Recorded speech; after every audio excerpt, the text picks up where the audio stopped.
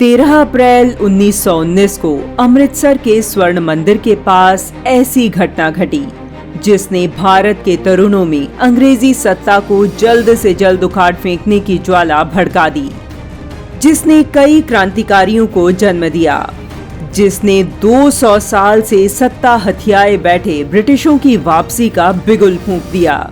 जलियांवाला बाग में जो कुछ भी हुआ, उसे जिसने भी देखा, सुना या पढ़ा, अंग्रेजी सत्ता के विरुद्ध घृणा से भर उठा। स्वतंत्र भारत की चाह न केवल पंजाब बल्कि पूरे देश के बच्चे बच्चे के सिर चढ़कर बोलने लगी। हजारों तरुणों ने जलियांवाला बाग की रज को माथे से लगाकर पराधीनता की बेड़ियों में जकड़ी मां भारती को स्वतंत्र कराने की शपथ ली। ऐसे ही क्रांतिकारी तरुणों में पहले नंबर पर नाम आता है उधम सिंह कंबोज का। 19 वर्ष के उधम सिंह स्वयं इस नरसंहार के साक्षी थे। बैसाखी पर्व जैसे उत्सव के मौके पर वे जलियांवाला बाग में जुटे लोगों को पानी की सेवा दे रहे थे।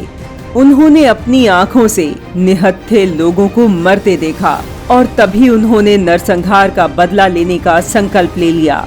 नरसंहार के 21 वर्ष बाद 13 मार्च 1940 को उधम सिंह ने लंदन जाकर माइकल ड्वायर की हत्या कर दी, जिसके बाद 31 जुलाई 1940 को उन्हें फांसी दे दी गई। उधम सिंह के अंतिम शब्द थे, अपनी मातृभूमि के लिए मरने से ज्यादा बड़ा सम्मान क्या हो सकता है। मुझे मृत्युदंड की परवाह नहीं, इसका मतलब कुछ नहीं। मैं मरने या किसी चीज की परवाह नहीं करता। मैं इसे लेकर बिल्कुल भी चिंतित नहीं हूं। मैं एक उद्देश्य के लिए मर रहा हूं। जलियांवाला बाग नरसंहार ने ही भगत सिंह, सुखदेव और राजगुरु के अंदर क्रांति की चिंगारी भड़काई। भगत सिंह तब सिर्फ 12 वर्ष के थे। उन्होंने इस घटना के बारे में सुना तो वह अपने स्कूल से सीधे 40 किलोमीटर पैदल चलकर ही घटना स्थल तक पहुंच गए।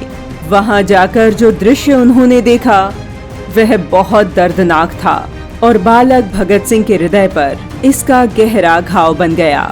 वे खून से सनी मिट्टी अपनी मुट्ठी में भरकर घर ले आए और खुद को पूरी तरह से स्वतंत्रता आंदोलन में झोंक दिया। भगत सिंह के मित्र और बलिदानी सुखदेव सिंह के मन पर भी इस घटना ने गहरा प्रभाव डाला। कॉलेज के दिनों से ही वे स्वतंत्रता आंदोलन में हिस्सा लेने लगे और बाद में देश के लिए हंसते हंसते जान न्यौछावर कर दी।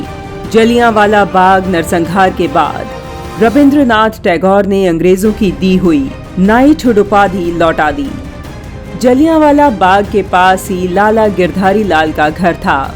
नरसंहार के साक्षी लाला गिरधारी लाल ने बताया, जनरल डायर के बाग से चले जाने के बाद बाग में 1000 से अधिक लाशें थी। इस क्रूर नरसंहार ने ऐसे ही न जाने कितने अनगिनत क्रांतिकारी बलिदानियों को जन्म दिया। न जाने कितने तरुणों ने अपना जीवन सिर्फ मां भारती को समर्पित कर दिया और ब्रिटिशों को भारत से भागने पर विवश कर दिया। ऐसे ही तरुणों की वर्तमान समाज को भी आवश्यकता है, जो मानसिक गुलामी की जंजीरों में जकड़े समाज को मुक्त करा सकें।